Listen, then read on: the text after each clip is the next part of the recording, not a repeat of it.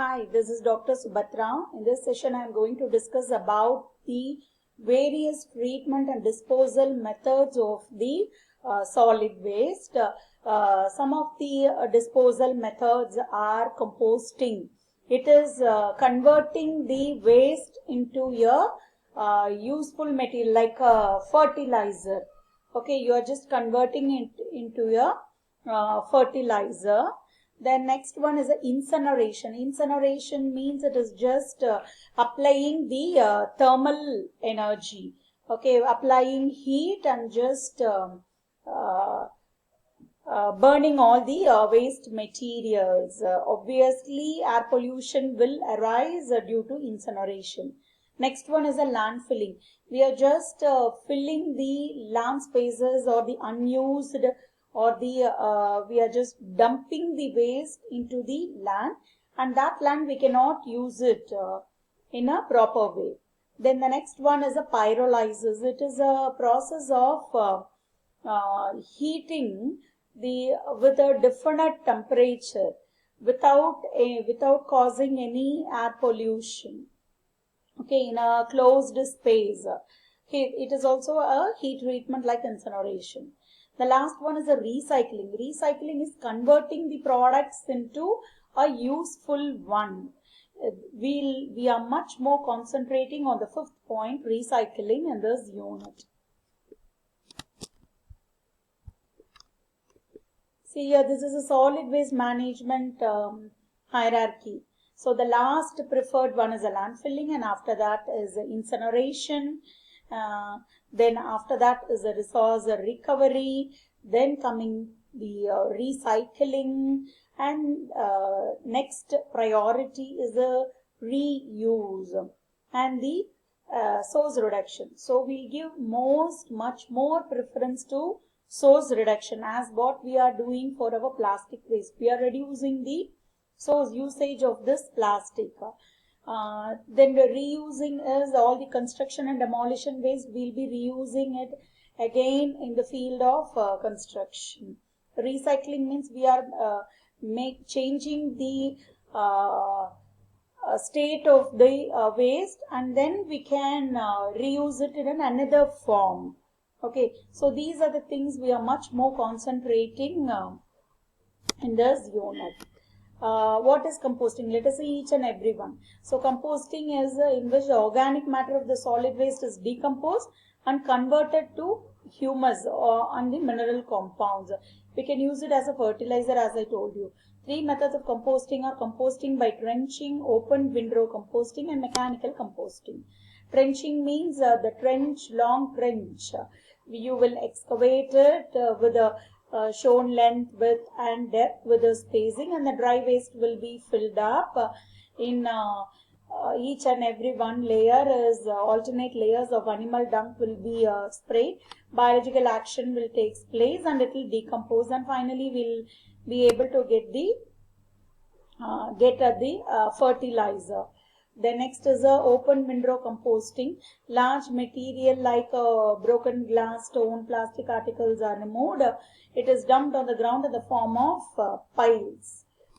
Okay, as like a piles shown here, we are just dumping it.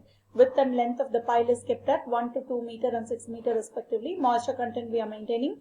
Temperature also we are increasing. It will take around 4 to 6 weeks. Next is a mechanical composting. It requires a small area when compared to the previous two methods. It will take 3 to 6 days. The process involved are reception of refuse, segregating, separating, shredding is breaking down into small pieces, and then stabilizing, marketing it as a humus. So each and every process is shown pictorially here. This is collecting, shredding, screening, drying, and then it is subjected to landfill, and then send it for reusing. Next one is the incineration. It is a waste treatment process that involves the combustion of organic substances with a high temperature treatment. That's why we are calling it as a thermal treatment. We are converting the waste into ash. So this is the process involved here. And some of the points are temperature should not be less than 670 degrees Celsius. complete combustion should take place. The hygienic method, no odor will come, less space only will be required. It is suitable for all adverse weather conditions also. Heat generated, we can use it for steam power, as a steam power. Disadvantages are initial expenses will be large. Care should be taken that incomplete combustion should not take place. The residues required to be disposed, it needs some money. We need large number of vehicles. Coming to the landfilling, the disposing the materials and burying them in the nearby lands, which we don't want. Okay. So dumping with the layers of 1 to 2 meter.